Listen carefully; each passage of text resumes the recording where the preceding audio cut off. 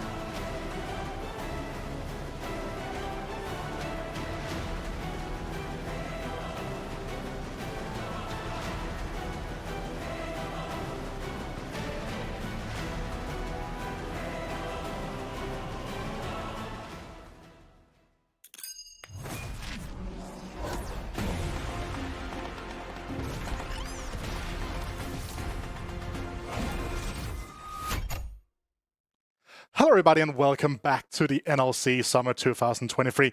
My name is Ruddy, and as always I'm joined by some lovely casters today.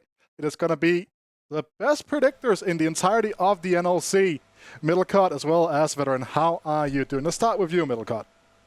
I'm doing pretty good. Yeah, best predictors in the whole of the NLC. This is where the big brains are at, and I'm really excited. I think we've got some really, really interesting matchups today. Very, very pivotal for the standings, especially as we're here on the final day of the first round robin.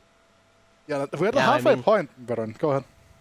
Oh yeah, no, sorry, I was just gonna say, like, thank you very much for the characterization, because even though you are actually in the lead right now, it is only a matter of time before I worm my way up there again. You're just all getting comfortable. That's fine. That's when I strike, all right? And I will be back there. Thank you very much for that, Witter. I mean, what can I say? You're pointing it out there, right? Like, I am top of those standings. We're going to look at those a little bit later when we get to that point here, right, guys? But we have some banging action coming your guys' way today here as well. We are looking into... But before we get to the action, let's look at the standings here. We have that ready for you at home because... Well, as you can see, we have Verdant and Nativz at 5-1, and then in the middle it kind of starts creating a bigger separation, middle cut. Yeah, it's starting to get a little bit more stratification within the standings. Interesting to note, though, that that Nativz and Ruddy currently haven't lost a game since their week 1 losses to Verdant. So when we're looking at these teams on the left sort of the standings, Verdant, Nativz, Ruddy, those top 3, really, really hot. But then we've got this huge chunk of teams in the middle, led by Domino with Nord, Unique, Veneer, also pushing up the table there that are fighting for that last playoff spot. And then Fourth Wall, really off the pace. They need to turn something around very, very quickly if they're going to get something from this split. Yeah, Nord are particularly interesting to me because they are the guys that took out Verdant, right? They have actually taken out one of those big top 2 5-1 teams that otherwise only seem to be losing to each other. And at the same time, they dropped to Veneer but made it incredibly close. I don't... Like, we never know which kind of Nord Esports you're going to get in terms of results. The gameplay and the strategy is very consistent. The execution of it isn't yet, but you almost feel like there is another top team there if they can just get these little things right. Yeah, and with that in mind, let's look at the standings. The schedule, sorry. We just looked at the standings, right? The schedule here today, we're going to start off with Nativz and Ruddy. We're looking at Veneer versus Unique Esports, and it's going to be Nord Esports versus Domino Esports. Fourth Wall versus Verdant to close out the day. So let's kind of like dive into these matches just a little bit here, right? Let's take a look at the Unique versus Veneer matchup. Well, it's not with the match of the day, sorry, here. That is going to be Ruddy versus Nativz here. And there's a lot to talk about in this one, Middlecut. Yeah, absolutely. Sort of like we were alluding to the hottest teams in the league at the moment. Ruddy, I think, surprising with how strong that they have been playing over the last 2 weeks, going 4-0. But Nativz was sort of penned as one of the top 2 teams coming into the split, and they haven't disappointed at all. I think this matchup is going to be a real test for Ruddy, because you could maybe argue that their opponents over the last couple of weeks have been a little bit weaker. Nativz are a very, very good team, and if they can get a result here, I'm looking at Ruddy as at least a top 2, maybe a top 1 team in the region. Yeah, I mean, the biggest thing with Ruddy is how do you even prepare for them? These guys are trying to bring out new things every single week. They look very different from the team they were in the first week in terms of results, but they look very different from the team they were the previous day in terms of strategy every single time.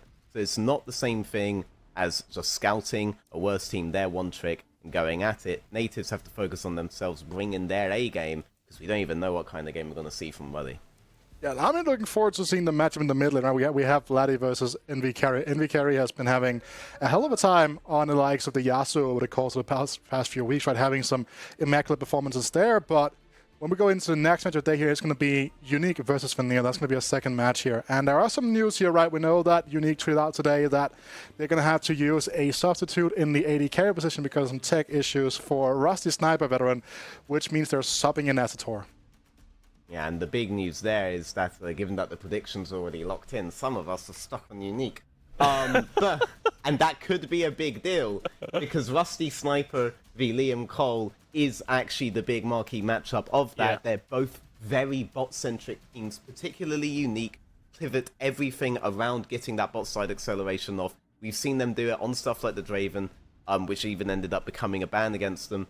And now, how are they going to handle it, right? We've never seen this form of Unique that hasn't been playing for Rusty Sniper and his very heavy aggression. They have to get used to entire new AD carry. It's a big issue for them. And you have to think Veneer, with Liam Cole in that bot lane, flying the flag of Denmark so that people can be extremely biased towards them. But incidentally, correct, because the guy is really, really good. They must be feeling really happy and really comfortable about this because they almost get gifted a free win. I think, especially when you look towards the top side as well, I think Kitano is someone that is really going to want to pressurize Uko in laning phase, and with Unique having to maybe put a few more additional resources towards the bot side to shore up the fact that they've got a pairing that hasn't played together, then maybe that's an opportunity for other parts of the map to start to go wrong. It really is a domino effect. When you lose a key player like this, it's not just the lane in itself that gets affected, it could be other parts of the map too. Yeah, and so you mentioned dominoes in your sentence right now. The next matchup is going to be Domino versus Nord. And this is going to be a match that's going to be defining for the middle of the stand, right? The final playoff spot. You're talking about this that we see one of the teams being 3-3, the one being 2-4, right? They can catch up to the other team should they, like, depending on which side of the coin it comes down to, right? Because, like, this matchup is going to be super interesting because, like, which version of Nord are we going to see, Varun? That was, like, one of the things you spoke about at the top of the show. I mean, whatever we're going to see a version of Nord that's trying to make a mid-jungle duo play work, and that does somewhat attack Domino where they have been looking a bit weakest, right? We have seen them get some success when they have Clover 7 on heavy all-in champions, but the way that Clover 7 was getting success in previous leagues, doing those heavy roams, that basically got patched out before he joined the NLC. So we're all in on these kinds of bot to mid plays from support, or from jungle, getting other kinds of champions that can set up all-ins on stuff like Akali. But without that, you can only think they're unfavored against a team like Nord. And yet, what version of Nord are we going to get? Right? What version of Nord are we really going to get? Because I feel like on the other sides of the lanes, it still feels Nord favored, but they need to get the gears clicking, they need to get things turning together, or things could go south really fast. You can never quite bet on Nord. That's the problem right now.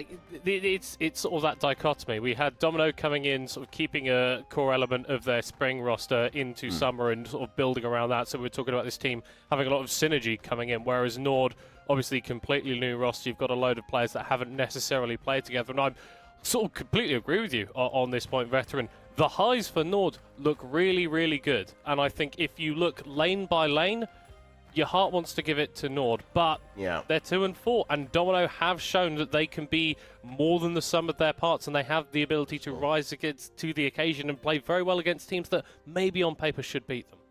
And I'm going to have to cut you off, guys, here quickly, because the final match today is going to be Verdun versus 4-4. You guys will talk about that when we get to that matchup, when we close out today, because we got to get to my favorite graphic of the entire show here. It's going to be the predictions graphic for the day.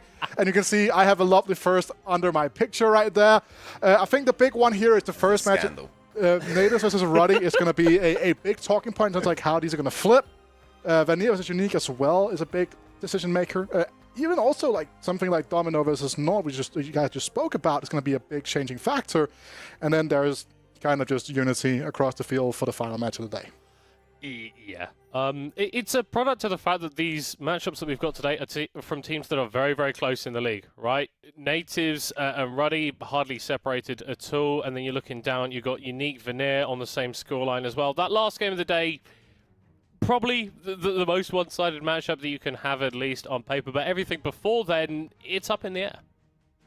I particularly enjoyed looking at that, seeing Hitbrain go for Veneer, trying to have the lowest win rate possible, and then Unique end up with all of the substitutes.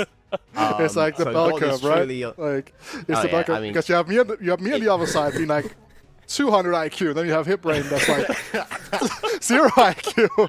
You know, it's like the bell curve meme right there. It's like the rain in between. Like, how does it work? Like, is everyone matched up on there? Yeah, that's like that's all the Unique voters before the sub announcer, right?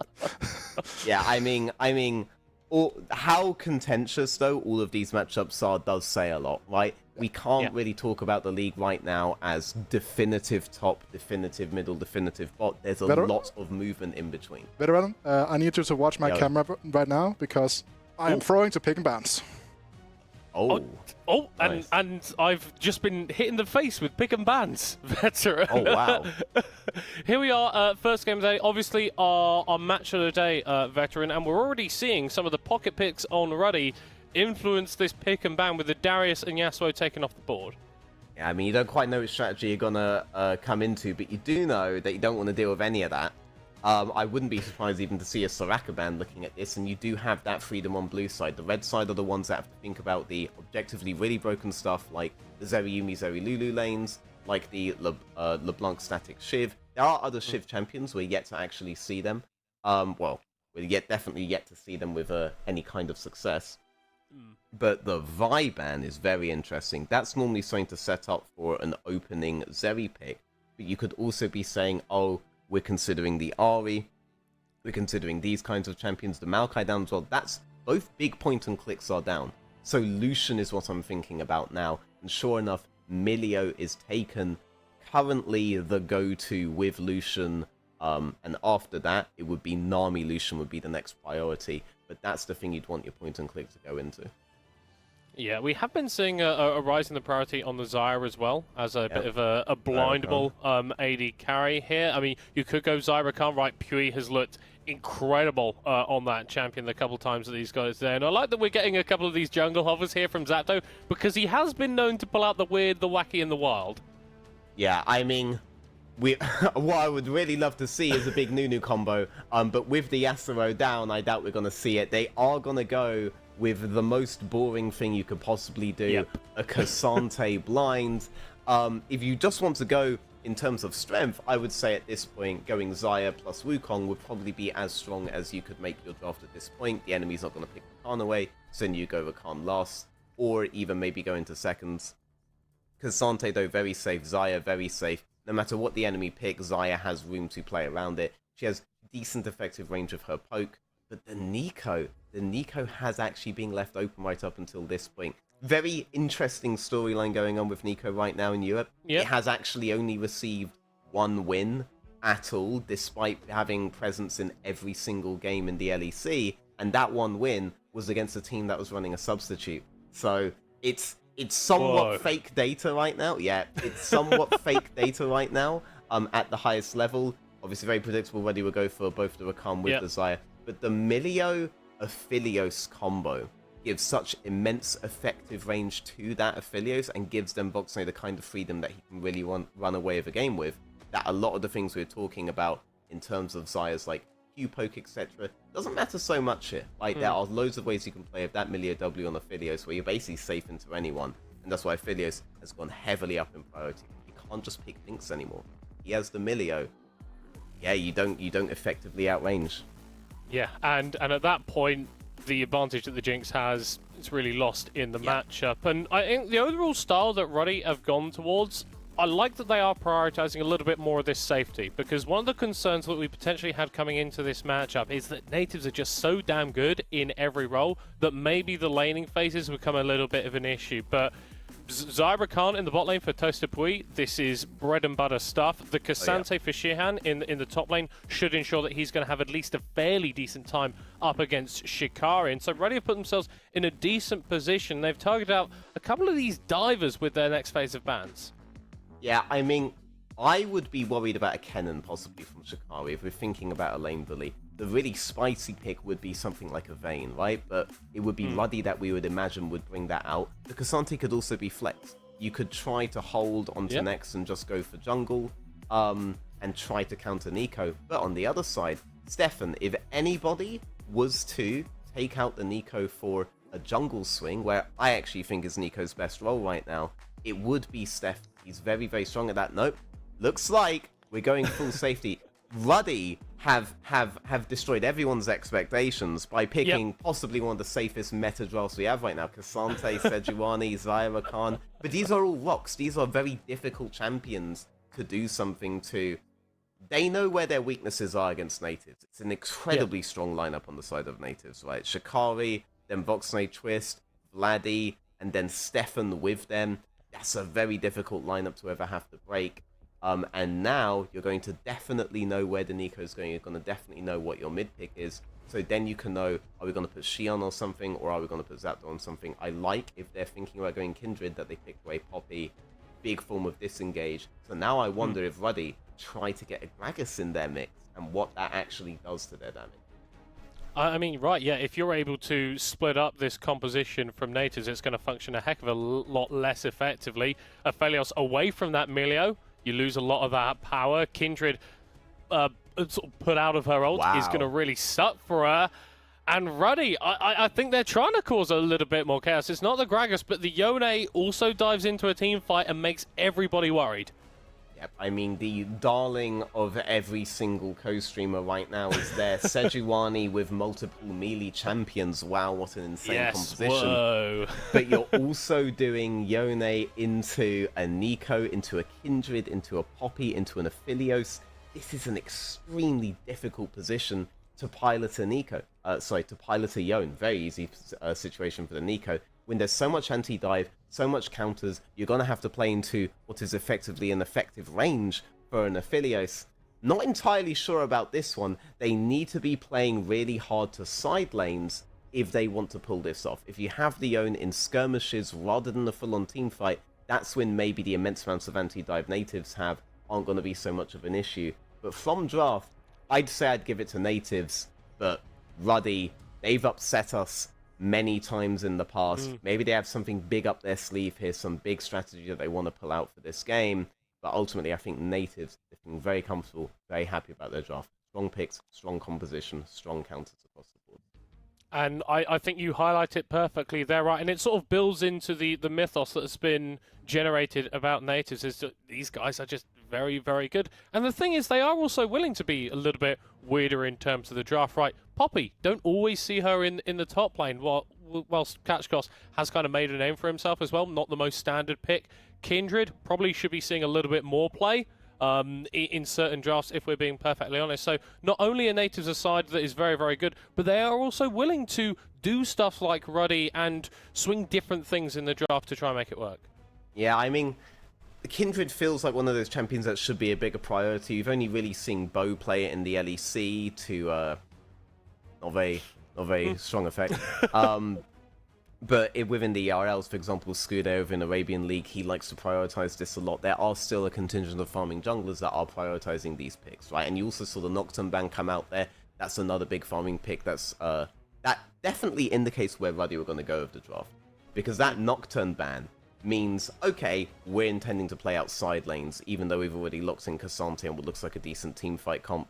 So we must be going for something like the Yone. That kind of pick could have been predicted off the back of the Nocturne ban. But yeah, a lot of respect being given towards Stefan there. It's good that Stefan's going for a pick like this, because if you have 3 winning lanes, right now, those lanes play for jungle. They don't play for each other. You don't shift mid into top, right? And unless your name is Snabby, you don't shift mid into top, right? You don't shift bot into mid. You play for jungle over and over again, so it should be comfort for someone like Stefan. It should be a bit worse for someone like Zapdo, who famously plays these heavy lane... Nunu, he plays Nunu. Yeah, right? he plays a lot of it. Also, I maybe I'm just incredibly slow when it comes to this, but like, Yeah. did you ever notice that the Nativz logo is literally an N with V's, and then if you flip it, it's a Z? It is, no? No, Like, it's no, an N, and then it's noticed... a V at the top and bottom, Yeah, right? like, and then if you I'd- flip the N, it's a Z. I had the N, like, because the N Yeah. is it just Yeah, looks the like N, an the N, N's right. was there, right? Like, the N's obvious, like, the N's are free, Yeah, you know? Like, yeah, but we'll I give you didn't... the N. I feel it like, is, I feel no? like N turned on its side is just like a Z, like, anyway? Isn't that how it works? Like, Yes, but you can get most of, like, okay, so the N, the thing above the N, right? The white thing is a V. Below the N is an That's A. an A. Oh, Yeah! that's incredible. They've done the old Fnatic thing, but way better. I'm trying to find the T now. That's really no? cool. Yeah, no, I'm trying to find the T as well. That's like, it's so good, no? And there's a graphics guy out there who's like, I just did. Yeah, no, I did. What are they doing? It's like, did you Alright, ever yeah. hear this? Did you ever hear the story about like the Nike tick? Did you ever hear this? There's a story. Right. So the Nike tick, obviously that tick thing, I think it's called the swoosh, but incredibly like famous global emblem of one of the biggest brands in like sportswear, right? And it was designed on a napkin in 5 minutes in a restaurant. Based. extremely based. Just like, just did it. That reminds me of apparently Pixar did the plot for their first 5 movies over the same lunch, right? No, they just brainstormed that's the plot. unreal. Yeah, everything from Toy Story to I think Finding Nemo, they just did over lunch. One lunch. That's one They heck of a made all lunch. of those That's movies. one heck of a lunch. Oh yeah. Oh You yeah. gotta be Yeah. eating good to come up with like bangers like that. I'm just trying to find the tea. I'm just trying to find the tea. There has to be a tea here. I found every other letter. I want to know the restaurant, like the sort of place True. where you could just go like for one lunch and then come up with some like incredible piece of pop culture. True. I don't know that. It is. But, okay, wait. But maybe you make the eye Yeah. by like removing one of the lines, and that makes a T on the other one. Ooh. Oh, it's like those rearrange the matchstick problems, and you can like move them around and stuff. Kind of. Yeah. We do have a little bit of a delay, unfortunately. We've just got. I didn't assume that they were just so enamored by the conversation. No, all the players are actually watching the stream and had asked to pause so they could listen to what we were talking about. Yeah. Yeah, we have just had one of the observer PCs has crashed, so we're going to restart that and hopefully get into game as soon as possible. But veteran, to sort of bring it back to this matchup, obviously our match of the day and the implications for it, right? Because we can talk about Ruddy and Nativz being 2 of our sort of stronger teams in the league right now. But if Nativz grab the win today, they're moving to 6-1, and Ruddy would be down at 4-3, which would be. Are you all right? Yeah. Are you Just looking at the seeing Nativz logo? angle reveals You're it. still looking at the Nativz logo. Blown it up on my seconds. Well, what have you discerned about Nativ's chances in this game from staring at their logo? High. I mean, they should have a strong laning phase. Stefan should be able to bounce off of that to have a strong jungle phase.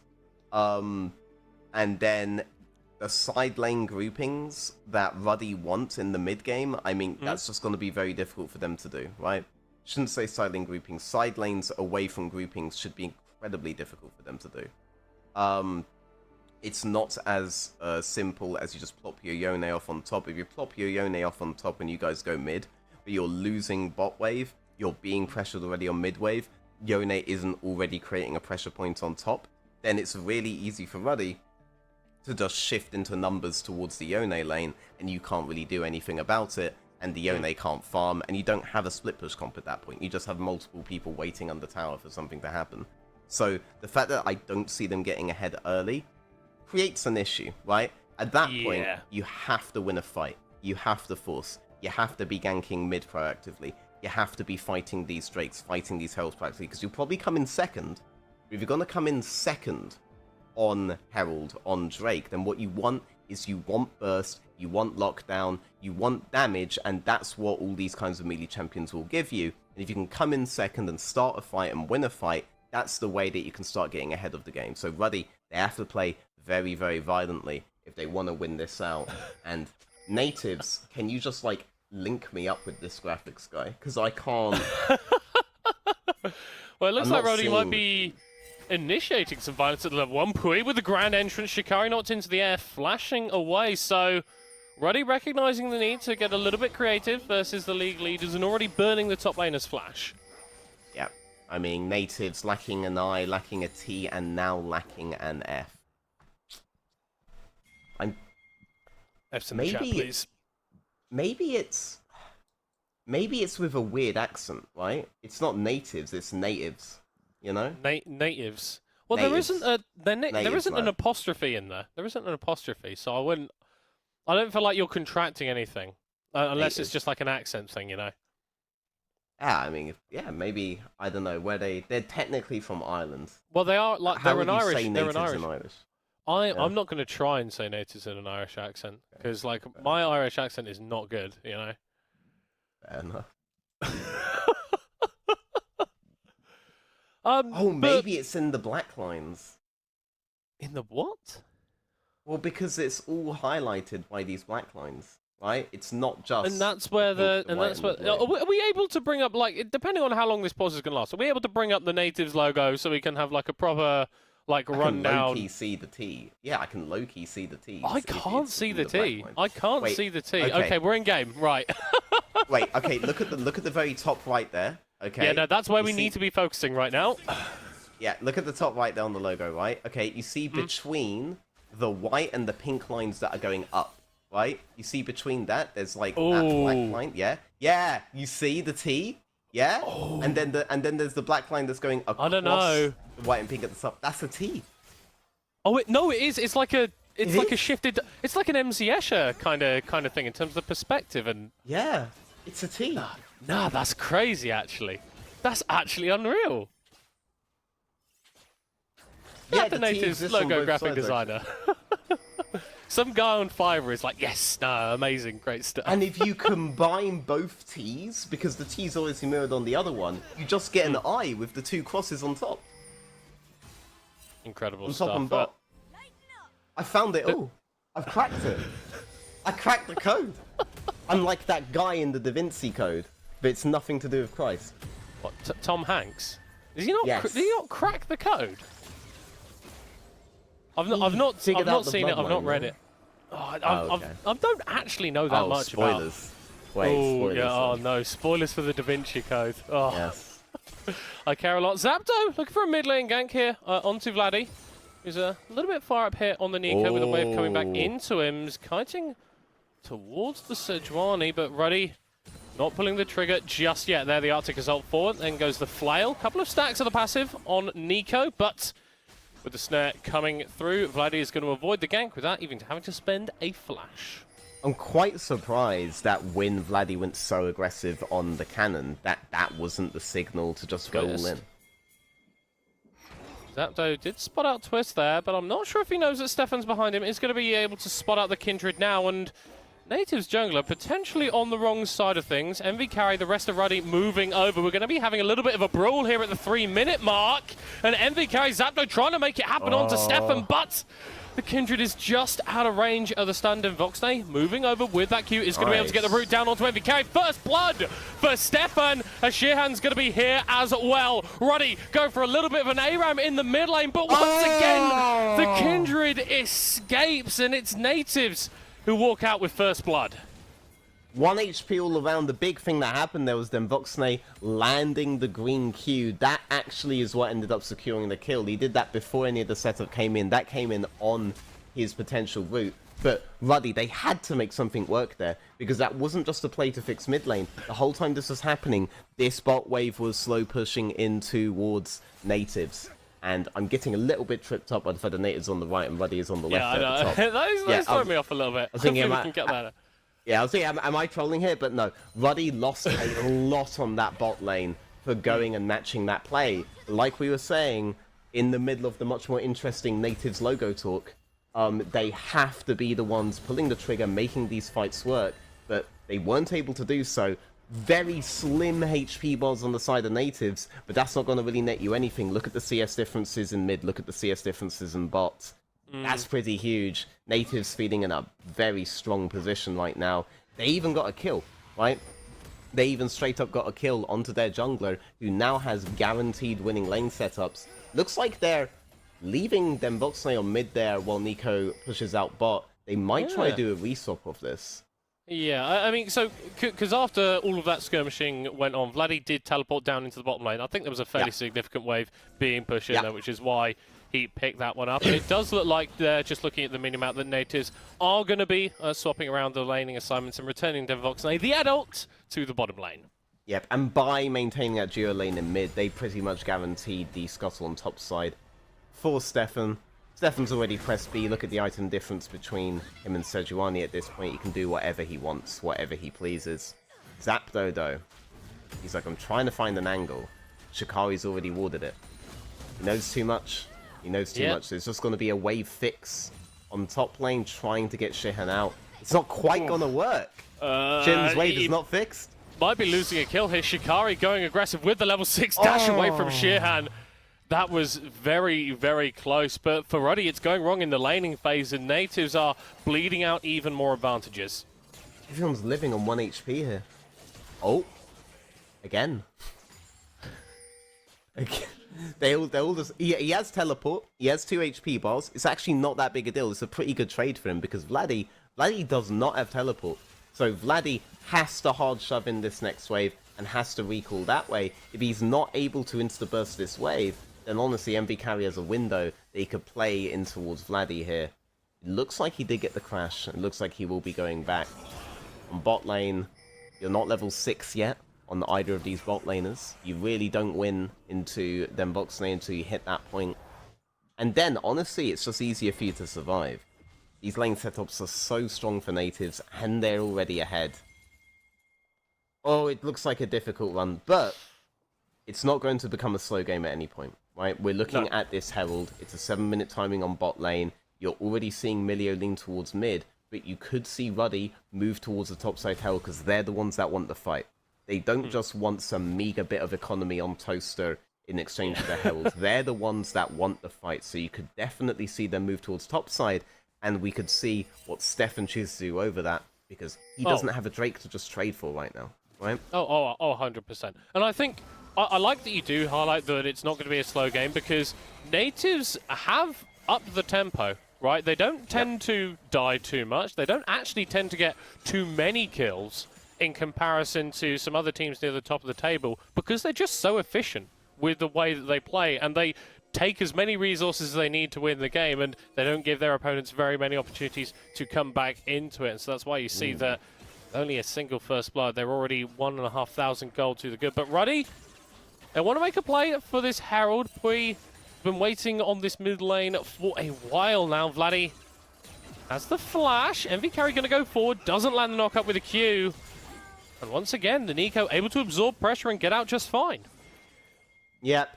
The Yone will take that wave that he's not going to get too hard pressured for. A lot of controls taken topside for a Herald that doesn't even end up getting started. Sejuani on reset.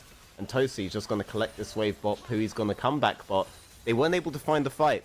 Stefan was like, I don't really care if you're going to set up for this. I don't think it's real that you do it. I'm going to keep farming to bot side. And honestly, if you do it, I'm going to go into your bot side jungle. Looks like they're fighting on mid. Yeah, they're fighting in mid lane. MV Carry taken low. Ganked by Stefan, who's going to claim his second kill of the game on the Ruddy mid laner. And the Kindred is starting to snowball. Nativz are going to be very happy. Yep, Zap though also trying to find something on bot, but there's just no reason for them Voxney to have to step up there. His team's made a successful play in mid. The enemy knows that that Stefan, has moved upside towards Shikari's lane, towards that Herald to start it. So why would you show out there anyway? Ruddy are the ones still trying to find fights, but Nativz, the moment they find the fight, they execute on it well, they get a kill, and they start taking control of the entire map. Yeah, I mean, you can see that they're able to grab a Drake. They've got that Rift Herald now on for Stephanie. He's going to be able to shove that in one of these lanes, grab some more plates. And Zapto is trying to make a play on the bottom lane, but he's going to get spot out by Denvoxley and Twist. MB is. I think Stefan's happier that these Krugs go to Denvoxley than go to Zapto. That camp, the camp just takes way too long to clear, man. It just feels bad sometimes. Pui does have level 6. MV Carry is here as well. Ruddy are going for a dive, but a TP is going to come through in response, and Stefan is here as well. Ruddy, they need to make this play work if they're going to win. Shikari doesn't want to flash over the wall, doesn't want to go too far forward. So Nativz, they invest enough resources to prevent Ruddy from going for the play. And maybe they're going to try and grab some more. Double root from Vladdy has the ult. That's a flash tackle into the wall, and Pui is taken down. Again, Ruddy tried to find the fight, but it's Nativz that find the kills. Big thing there. Poppy actually had full priority on top lane, had already crashed the wave on top to do that defensive TP on towards bot side. The play ended up being a very fast one. She would have even been topside to be able to catch that wave as well. Nativz full control of the map allows them to defend from absolutely any angle, and you can see already going into the mid game, it's going to be very difficult for Ruddy to get any kind of tempo, any kind of pressure on their split push, not just because of the lack of kills, but that Herald's been dropped on bot lane. That wave's getting shoved all the way into tier 2. Ruddy are going to be ahead on the map at almost every point now. Oh, it's a full first tower, barely at 11 minutes onto the Voxley, and this is what we're talking about Nativz being an efficient team, right? They've got 3 kills, but they've got a 4,000 gold lead, and they've already taken one of the enemy structures off the board. That's why this team is #1 in the standings. Yeah, 100%. I mean, good teamwork, good individual play, good drafting. This team has it all right now, and Ruddy are feeling every single bit of that pressure, every single bit of how much Nativz, honestly, in this game, they are outclassing them, and what Ruddy have to do is they have to scrap, they have to brawl their way back up. We've counted Ruddy out before, and they've been able to do it. It is a bit of an issue, though, when that Kindred's 201 and is ahead of both AD carries in the game. Oh, it's really unfortunate! Flash for flash in the mid lane, MV carry not going to go down for the 3rd time. But you see that pressure there from Stefan coming into the mid lane. What does that look like for Ruddy, right? Because you said that they need to find an angle of fight back into that game. I'm assuming we're talking outnumbered. I'm assuming we're talking about playing on these first mythic spikes when they eventually come in, or potentially going for a catch onto the enemy Kindred when she is isolated in the river. Stefan buying time with the lambs at respite, flashing away over the wall, healed to stay alive by Twist. Just about gets out of there. So, try and do that, I assume.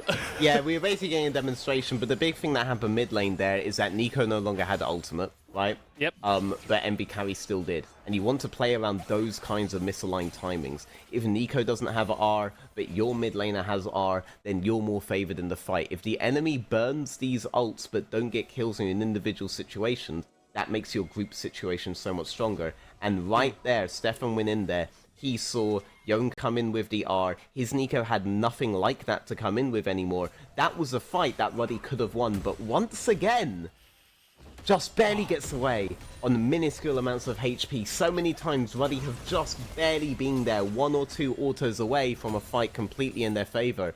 A fight that they so desperately need. But now we're just 5k gold down at 13 minutes. But those timings, that's still what you need, right? If those timings happen again, then that gold lead doesn't necessarily exist anymore. Yeah, if you don't have the abilities to use that gold with, it doesn't really matter that the gold lead exists at all. You can start checking those things off. So those are the angles that they want to fight. And they did just find one. Find it again and again and again. And hopefully eventually it works. But it needs to work before the game is unlosable for Nativz. That's the key thing, right? Because every one of those plays that you go for and it doesn't work, that's another 1,000 gold for Nativz, right? And it's the right idea to go for the play, but it only ends up being the right idea. It only ends up working out if the play is actually successful. And based on Ruddy's ability to kill Nativz at the moment, those plays not looking too successful. Post 14 minutes now, so we should be seeing a few more towers falling the map, opening up a little bit more. Yeah, I agree. I do think plays being, like, you know, successful is probably better than plays not being successful. Play-by-play analysis. Oh, that's not good. I'm also going to go out on a limb and say that having your jungler being in the game is good for you, veteran. He is good. It's generally good. If he's on the map, if he has gold, you know, if he's able to fight, if he's able to just tank 4 people over the Drake for ages. These kinds of things are characteristics I would love in a jungler, right? Okay, can we just blow up the Nativz logo? Like, I just need to set like, can we just blow up the logo? And then, do you guys have like a pen or something? Epic that you can, pen, like sort of thing that we can go for. Oh. Yeah, something we like need to get that sorted, you know? like genuinely. Every time I see that stinger, I'm waiting for it to just go to a massive Nativz logo. True. That's what I thought we were gonna get. But they were like, do you know what? Do you know what? Sammy Youngles, I know you're listening. If you win this game, we know what the win graphic is looking like. Okay? Yeah. Yes. You have to point it all out. You have to point it all out, Sammy. It's got to be done. Nativz logo breakdown stream when Nativz, well, tower taking there you go. Stream when okay, play on the sideline, successful for Ruddy, but Shikari's going to be able to get one back with that TP, flashing over the potential knockup from Shehan. Twist rotating over on the melee, potentially not the most impactful support to Roma, but Stefan looking to cause some damage as well. Ruddy, they're locked under this tower, there is no escape. I mean, you want to talk about the range that the Aphelios gets, right? The range that Kindred on 4 marks plus Emilio gets is absolutely disgusting. We've sometimes seen Miliolutions go into Kindred's specifically for this. He's dead. Yeah, just completely removed from relevancy, from existence. Nativz with Another clean pick for themselves, but Ruddy still up to get shot down for Sheerhand, going all out on the Cassante, having to flash away. Demvoxne also joining the play. Maybe I'm going to go home soon as flashes away from Sheerhand there, and he's able to return with a little bit of flamethrower damage. Ruddy still fighting back against Nativz, but they're the ones who are building the gold lead, who are building the advantages over time. Off your screen, Demvoxne able to take down another tower. So there's Aphelios, whilst he hasn't got a kill for himself, very, very accelerated compared to Toaster's Desire. A couple of good things Ruddy did there, right? Because it's really easy to point at the good things Nativz did there. They existed, they weren't inting, they killed everybody. Brilliant, good job. With Ruddy, right, their bot lane duo of Toaster Pui, they actually distracted Kindred for a while. I almost thought MB Carry had enough time to just press B under the base. I'm pretty sure he did have enough time to just press B under that tower and get back in towards base because of the amount of delay that Toaster Pui did on the Kindred roam. The other thing is, big copium here, right? But Cassante is a champion that win ahead is almost unkillable, right? True. Duels everybody, no one can take him out. Very good champion to get ahead, a very good champion to collect that bounty. Now, obviously the Poppy is 3-0 with 400 gold bounty, so it's not quite as big, but look at the items.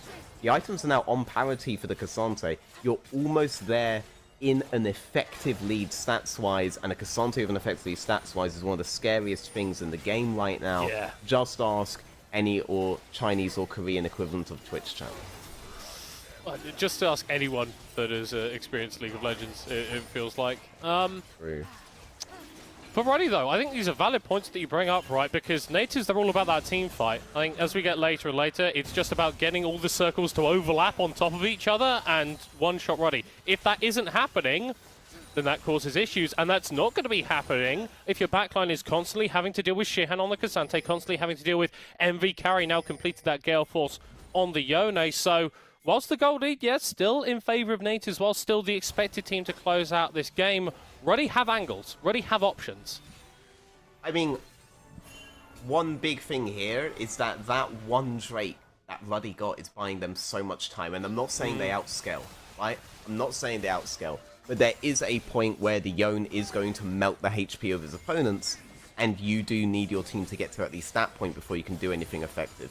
If this was already sole point for Nativz, the game is already completely over. The game is very one-sided as it is, but there are angles, right? And Shiani is feeling it. Shikari's realizing this Cassante is not a pushover anymore.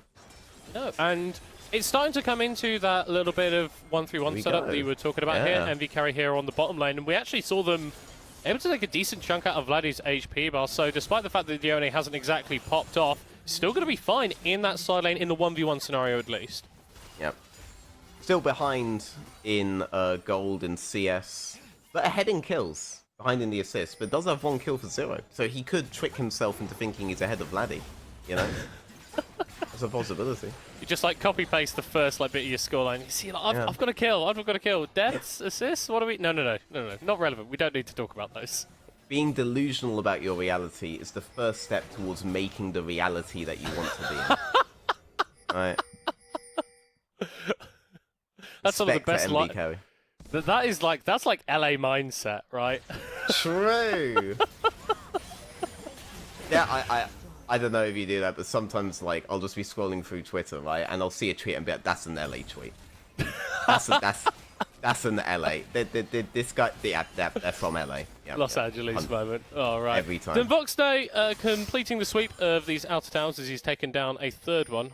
I'm sure that he'd much prefer to be killing champions, but he's helped Nativz get themselves to this incredibly dominant map state, and now that we're sort of getting into the post 20-minute mark, stuff like Baron, stuff like Souls becomes stuff that we need to be aware of and that Ruddy are going to have to contest from Nativz. Yeah, I mean it's an unfortunate interaction there from Nativz insofar as Voxney really wants to be killing, but Ruddy would really prefer not to die. So he's not really finding those angles right now until that next Drake. That's what Ruddy are trying to get to, right? They want to get to that next Drake. They want to burn some cooldowns before that if they can. They want to play these side lanes out, and they want to fight. Stefan? They think they found it. Oh, Zapda goes wide with the ultimate, the Kindred kiting back as far as she He can. has Last R. respite He has R. dropped as that's the Vladdy ultimate as There well, he but it's goes. not landing. The buttons aren't connecting onto each other from Nativz, and Ruddy have a chance. Shihan diving forward, but in the pits, it's chaos. It's damage Shikari. being shut down. Toaster continuing to open up with the autos onto Squish. Shikari a little bit on his lonesome Pee-wee, rejoining the fray. And Ruddy, they're turning it around. They are fighting a fight in the river. They're doing getting a it. quadra kill for Toaster, and they're not done. Okay, now people can't say that I'm just inhaling copium in the chat, because you see the power these guys have if they can close the gap. We talked about ultimate timings beforehand, the Nico versus the Yone. Envy Carry held his ult through the Shikari ultimate, through the Nico ultimate, burned flash, burned everything to get away from them, and once everything, all of these anti-dive tools were down, that's when he goes in. He has the R here, Stefan drops his R, Nico has R, he doesn't go in yet, he goes in, flashes out, then R's back in with both Nico and Stefan's ultimates down. And that's when he gets all the damage. And he would have killed Stefan if Shikari didn't make that monstrous play on top of him. You can see the power it has when it closes the gap. And even with Shikari's best efforts, Shikari saved Stefan, but condemned the rest of his team by doing so. I think Shikari made the correct play, by the way. But you can see how difficult it can be for Nativz to fight this. If Ruddy are able to close the gap, if they're able to intelligently play around their timings, it's a dangerous composition in terms of damage that you're going into, right? The Ruddy composition is so strong in these fast fights. They want to avoid these long drawn out scenarios. They want to be like, okay, this is our window, boom, boom, boom, boom, boom. They survive to that window, they can win, even while that far behind in gold. And the gold, it's 3k down, thereabouts, but it's nowhere near the 5k it was before, nowhere near the 7k it peaks at. There's a chance now for Shikari Ruddy. getting a patch onto Pui, who's going to get taken down by the Moonlight Vigil.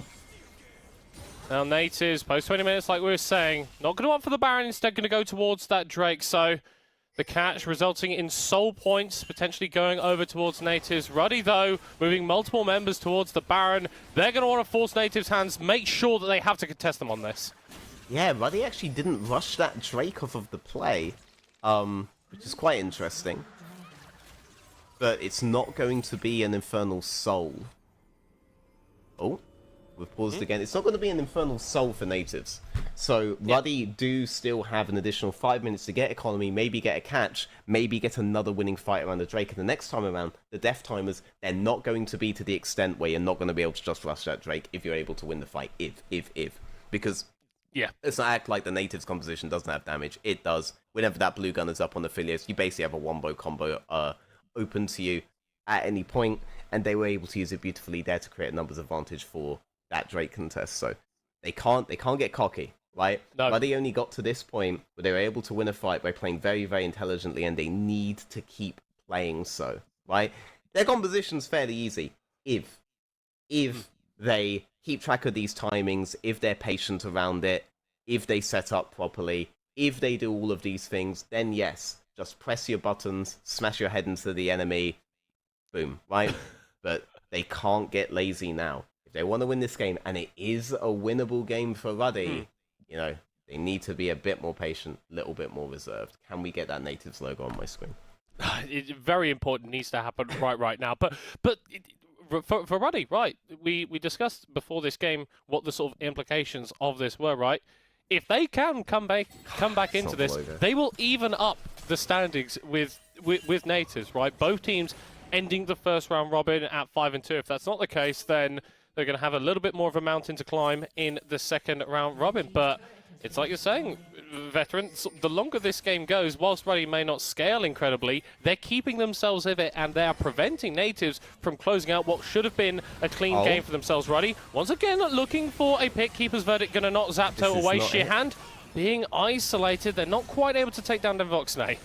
Okay, when they went on Devoxnay earlier, they did it on blue-green, and that made perfect sense. Going on now, when he's on red-white, if you're not going to literally instantly delete him, and you do not have the damage to do that ever, it's suicide. You can't go into an Aphelios in that particular gun setup as dive champions, as Cassante has just learned. So, a bit of a desperation pick in a situation where they aren't actually desperate, right? You Yeah. do have the damage. The Nico is not going to build tank, right? The Nico is not going to build tank. Stefan is not going to build tank, right? Aphelios is not going to build tank. Milio is not going to build tank.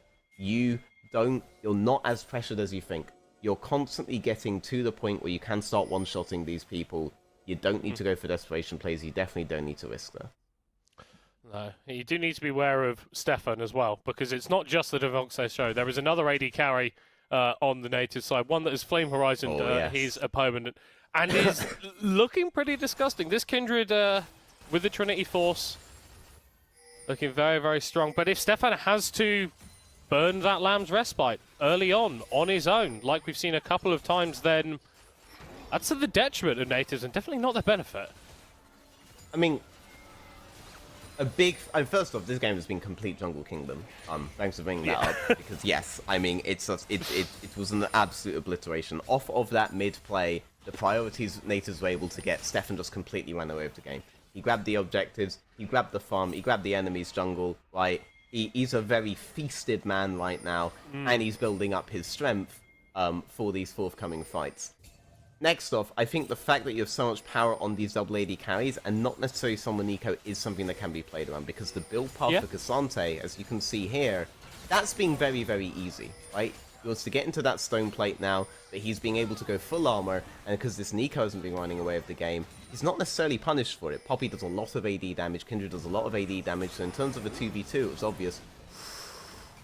That is not the same way you played last fight, Envy. They have to run. Yeah, no, that's really running after. Devoxay Gale forcing forward, seeing the fate sealed down and knows that he can make an aggressive play, but with that cooldown down, maybe there's an opportunity for Ruddy to get things going. Flashing to try and kill Devoxay, going absolutely mad, but he's not able to assassinate his opposite number, and instead it's Desire who's going to be dropping down for the first kill of the fight. But don't worry, Devoxay also off the board. No AD carry is going to be participating in the Baron fight. Stefan, though, still able to dish out consistent damage, and Natives holding ground around the Baron, but Sheerhan a little bit on his own point, flashing for an engage on the twist, but they're not focusing the Milio. Natives able to get a double on their jungler, triple on their jungler as they take over around the Baron pit. I'm sure that objective is the next thing on their minds. There was a huge angle. First, if MB carry had saved his ult, that fight was over. But there was a huge angle there for MB carry to potentially kill Twist, potentially kill Shikari, and potentially kill Stefan. And Shikari said no. Immediately pinned him the moment that he saw the angle to go for it, and basically won the entire fight off of that. Stefan gets the triple kill, but for me, Shikari was the MVP of that fight. Incredible defensive play on the Poppy, keeping his team alive for as long as they needed. And now, with this Baron buff, I know a replay would be absolutely amazing, but with the Baron buff now, I feel like this is an advantage that Natives can sort of use a bit more firmly, a bit more concretely. They've got a soul spawning in 30 seconds. We should be getting a load of pressure in these lanes, and we're going to get a replay as well. Yeah, a bit misjudged there by MB carry. The opposite of what he did beforehand. Holding it for the enemy team's ultimates was so good last time. But this time around, he ended up being primarily engaged when nothing was actually probably set up. Toaster, I respect this, right? Yeah. So close to getting the kill on Devoxay there with Izar. If he does that, the fight is already over, and now the fight is just very difficult. Devoxay playing so well within his ranges. Bloody taking him out, but MB carry basically removes both mid and jungle from...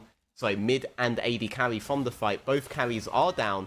But look at the HP bars on Twist and Stefan, right? If MB carry breathes on them, they are down, right? He sees the angle, and look at Shikari. Boom! No way are you getting on my teammates, does he say. Allows Stefan Twist to collapse on the top side of that fight, then on the bottom side, and now end the game. They've won the game. They've killed everyone on Ruddy. The base is open, and they're going to kill the Nexus Natives in under 30 minutes. We'll take down Ruddy Esports. That's why you get the big bucks as the play-by-play, able to point out stuff like that. They're ending the game. They've been able to take the structures, and they are ending the game. That's phenomenal. That's gonna go right up there with like that Lox Tigers wincast. You know, like that's. I'm not gonna lie. Stuff. I need to adjust my headset here quickly because I was sat down. I was watching the replay, enjoying the great defensive gameplay coming through from Nativz and Shikari, and then we come out of replay, and then all of a sudden, well, it was so good that all of Ruddy just died in the next fight. They looked at that replay, they saw what Shikari was doing, and it was just like, there's no way we can beat this guy. Like, it's just not possible. Oh no. It's just, how do we do this, right? Stefan just got like 50 million kills. Shikari's not letting us do anything. A Denvoxnade just doesn't die. Don't know, he just can't die. Man, literally too good at ADC to die. Just the whole structure's all just collapsed off that. Also, we have to assume. I need you guys to decide here. I'm gonna throw out two names. I think these are two names you're gonna talk about, right?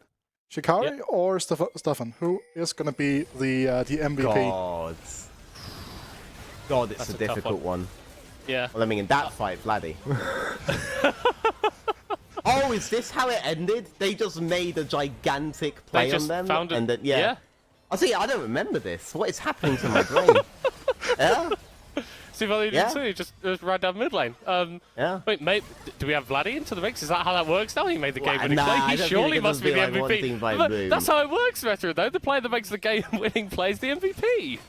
I mean, I feel like Shikari played the map really well. Stefan, like, absolute jungle kingdom. I'm happy to flip a coin between those two. I'd probably give it to Stefan. Just because I really want to encourage this kind of jungle kingdoming at every stage of the game. He was aided by his team, particularly Shikari. Everybody was getting high priorities on the lanes, but Stefan also did break open the game by making that play on mid really early on, right? You saw Zapdo try to force for ages. Stefan just looked at mid, immediately saw the angle, immediately got the kill. That was the big thing that started triggering the dominoes. Well, they're coming later. That ended up winning the entirety of the game, preview the result. So I think I'd give it to Stefan.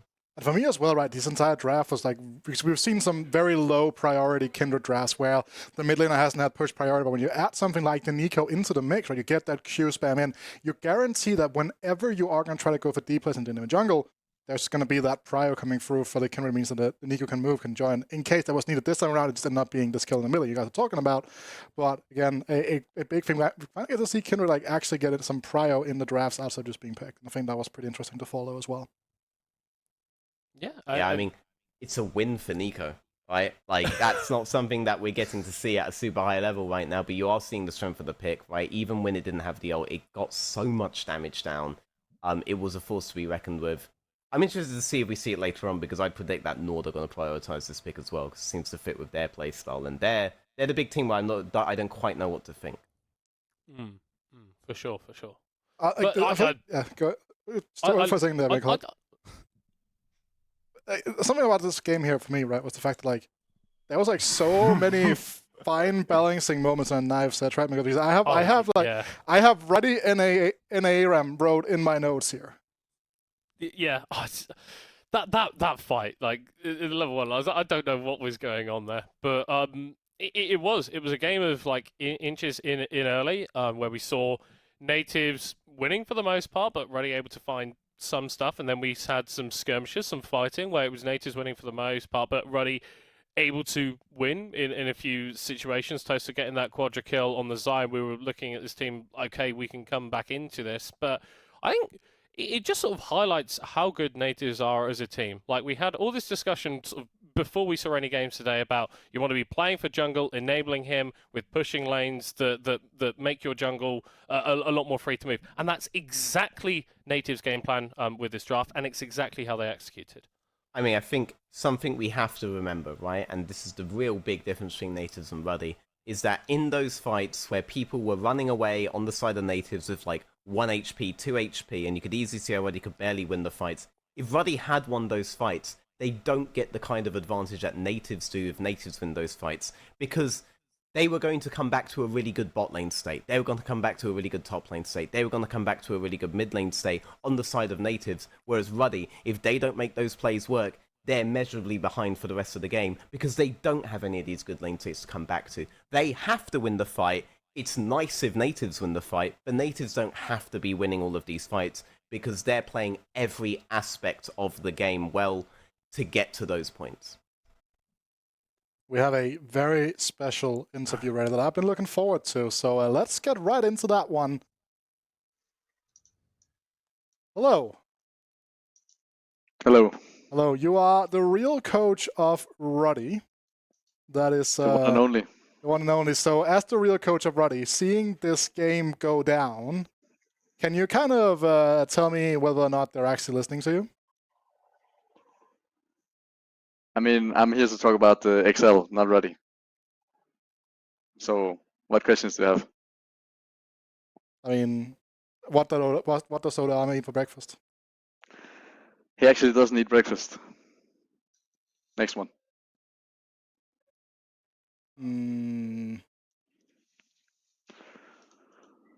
What do you eat for breakfast? Oof, some yogurt or some protein pudding. That sounds quite good. I will say that much. That does sound like a What very. do you eat for breakfast? This morning I had oatmeal with milk. Gotta get those Great. grains in. Gotta get those grains in. Absolutely. You have some questions about this week? I mean, what are your expectations for this week? Oof. I mean, I was talking about the week we just played. Oh, I'm not here to talk about Ruddy's draft. Let me phone in an expert here, a veteran. Do you have any questions for this this gentleman on my screen?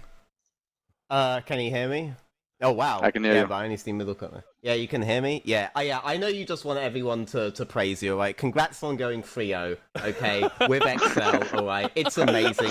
No one's ever made this kind of a comeback ever in the history of man. And the NLC broadcast didn't care. They just didn't give a shit. So you need to get your praise here, all right? I fucking get it, all right? I get it, Hidden, all right? You've got your praise, all right? We need to talk about the teams playing today, all right? Get out, all right? Get out. I mean, honestly, though, to be here, you know. I have to be here. Actually, though, right? Because I remember you as like a very smart jungler that's like running everyone over, right? And I feel like right now you're running everyone over as a coach as well. So congratulations on that one. I will say that one as well. Yeah, I mean, even with my jungler not wanting to smite, you know, we still take it. Still take it. Still take it. Absolutely. I'm gonna say thank you so much for your time and congratulations on a great run this previous weekend with Excel. Thank you. Up the Ruddy. Woo!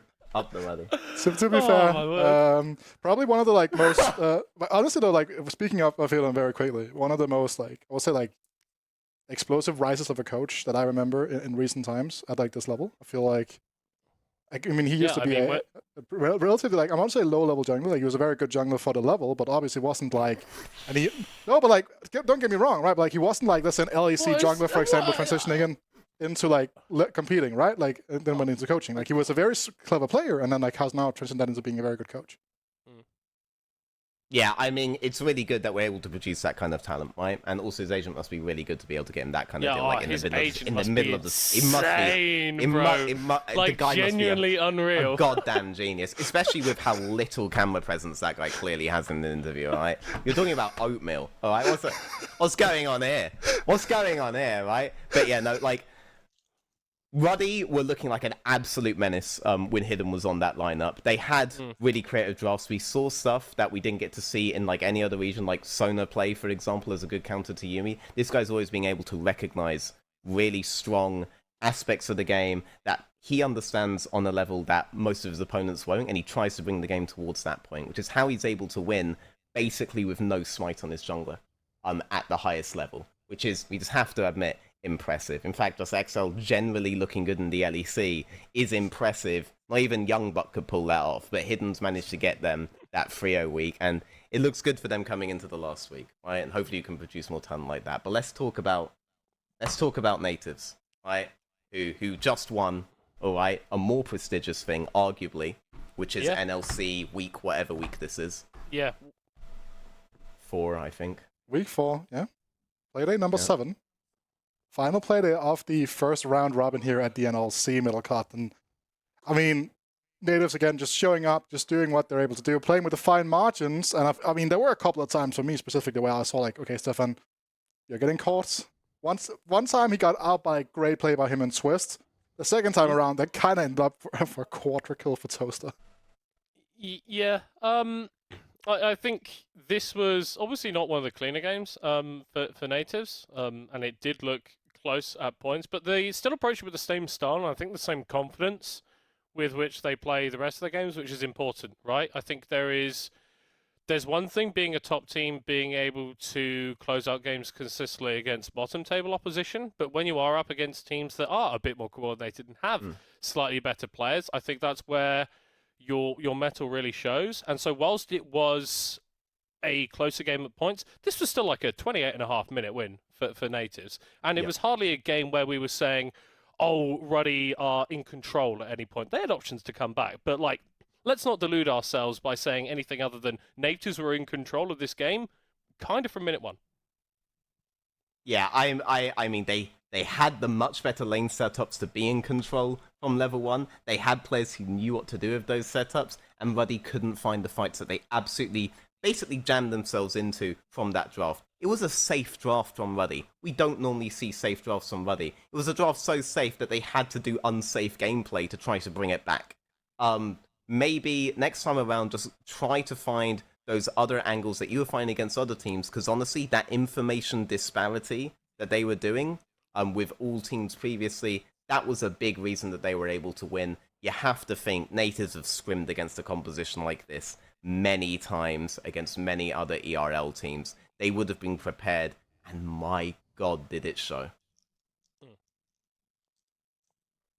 Sorry, I'm just like chuckling at this like thing. This tweet you put into the the Nativz post-game tweet. I don't know if you've seen that yet, veteran. Yeah, he hasn't identified the T, he hasn't identified the I. It's pathetic. I feel like Sam, he's just gone into paint and he's just scribbled on his team's logo. Nice. Dude, wait, that's Don Jake crying in the back. He's got like the little tears of the goddess on there as well. Yes. Okay. Actually, but something I want to talk about here, right? Because you're mentioning a safe draft from Ruddy, and I believe, I didn't get that time to look at this, but I believe this is the first time we've seen Saya and Rakan drafted by the same team this season as a bot lane. I could be wrong on that one, but I feel like that feels like something that you could have on a trivia thing, right? Yeah. That would be surprising. Because I feel like it's not something we've seen, because we've seen a lot of Rakan, we've seen quite a lot of Saya, but I feel like there's also been like an asymmetric relationship between those two in terms of like how they've been shown up on the broadcast. I could be wrong, right? I mean, Saya Rakan not having this level of priority in the NLC would be a bit of an aberration, right? It gets a lot of priority in the other ERLs. It's getting a lot of priority in LEC. Once the big Zeri compositions are down, it basically defaults to Aphelios, Milio. It was defaulting to Lucian Nami, but you're seeing that a lot less now. Xayah, Rakan, they're the big ones that keep getting taken now, and you get compositions built around them a lot. So interesting if this was the first time. And then I was like watching like LPL this morning. There's obviously I think now in 13-12, and then I'm looking, and it's like I'm seeing Kaiser in the bot, and I'm seeing like stuff. I'm like, wow, these champions exist, right? Like I was like, I was seeing like Tristana versus Kaiser as the bot lane match, and I'm like, okay, what happened here? Did we like ban every other AD carry in the game? Like, it's kind of. But I mean, we've seen like attempted answers, right? I mean, I think it was Rusty Sniper that played the Tristana last week in the bot lane. I can't feel like that was against Zeri. Against Nativz. And whilst they did end up looting, I think that Unique had that game in their hands for a lot of it. So I think there's definitely angles, right? And it's always sad when it's a patch change that forces the meta to change and not necessarily an adaptation within teams' approaches to a certain meta game. But I don't know, man, Zeri is just champion's just too good sometimes. Just get rid of it. I do think I'm starting to warm up more to the Milio Aphelios pairing than I am to any of the Zeri pairings. There are a lot of tools that a good Aphelios player can use with that heavy effective range. I'm also wondering when people are going to figure out that they can do a static Shiv AP variant of Aphelios, because interesting fact, all of Aphelios' guns have 100% AP ratios. So there's a static Shiv, there's a static Shiv, Nash's too, Fangle, Luden's there. Now, I don't think people are seeing, but I'm waiting for someone to see it and just drop an 80k bomb. Wait, is that on like the ult as well? Go check. Go check. Where is Tabs when you need him, right? Because that seems like a Tabs pick. Like, AP Aphelios would be something that Tabs would play if he was still playing compared to League of Legends. That is a throwback. I've not heard Tabs' name in quite a while. He used to be a very prominent figure in TFT as well, so you go figure. That's kind of where I heard that. Yeah.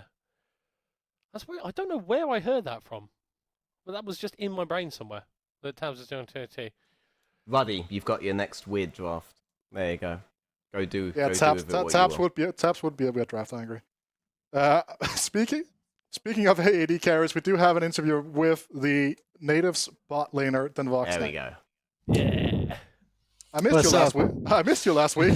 Yeah, my teammates finally got the balls to, I don't know, to. I'm a very scary man, right? I'm a very scary man, Yeah, so exactly. I get that for sure. So first of all, congratulations on a very Thank important you. victory in like the greater scheme of things in terms of standings here.